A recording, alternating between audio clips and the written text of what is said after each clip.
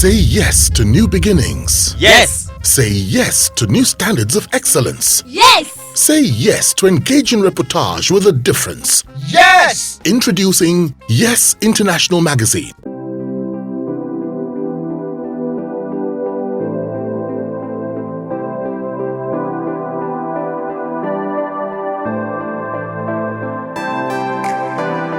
Now, you are one of the earliest, female editors, that this country produced. How did it happen?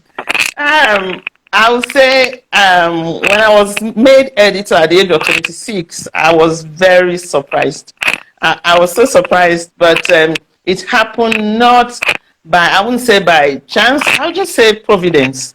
We had an issue in my office and everybody left. You remember then Climax magazine? Yes. The late Sonia Odegbasemi, so rest in peace, and Shegun Odegbami and the rest of the crew, they had some boardroom issue and they all abandoned the office.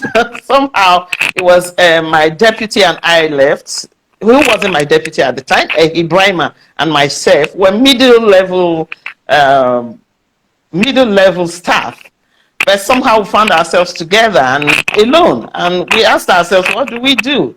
And we said, okay, let's still publish. You understand? So we went to circulation. Circulation said yes, there was newsprint, and then they could circulate, they could print and all that. We said, okay, let's go ahead.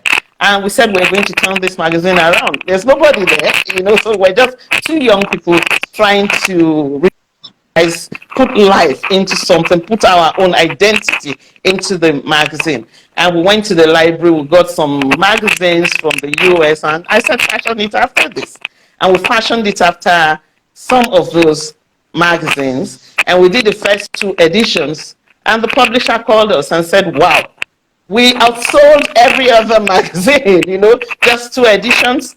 And he said, okay, to be the editor, and the deputy, and that was it. And that was how I started. So back then, how did you cope in a male-dominated environment? How were you able to survive the male sharks? Let me put it that way.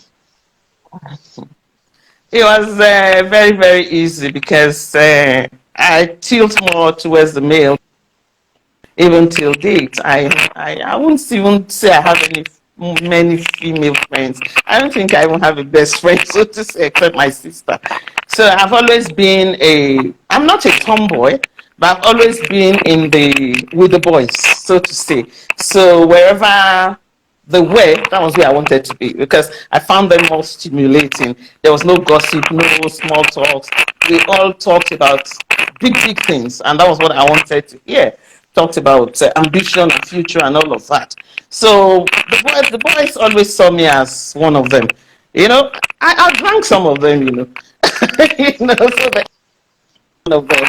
I wore my jeans at all times. I was just like that. So it was easy. It was easy. But like I said, because I am female, I decided to work twice as hard. So when I saw them working one night, I would do 2 nights, 3 nights, so I earned their respect. Okay.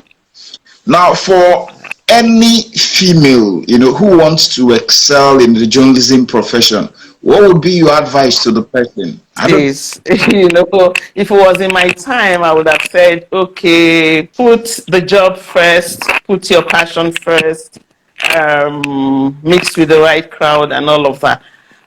But now I think it's easier for female journalists because we have a very vibrant award right now.